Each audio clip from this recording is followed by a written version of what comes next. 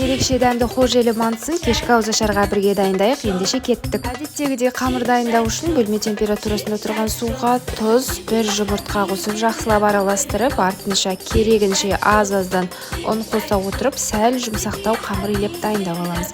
Қамырымыздың иін қандырып, екі қайтара илеп аламыз. Артынша осылай жып-жылтыр болып шыға келеді қамырымыз. Аз-аздан ұн сөйлей отырып, жұп-жұқа етіп қамырымызды жазып аламыз.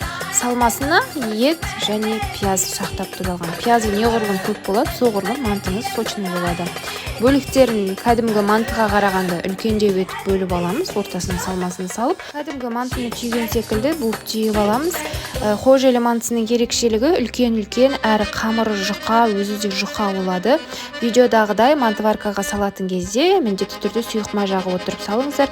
Бұл мантыны 45 минут емес, 35-40 минут пісіргендеріңіз дұрыс болады, себебі кәдімгі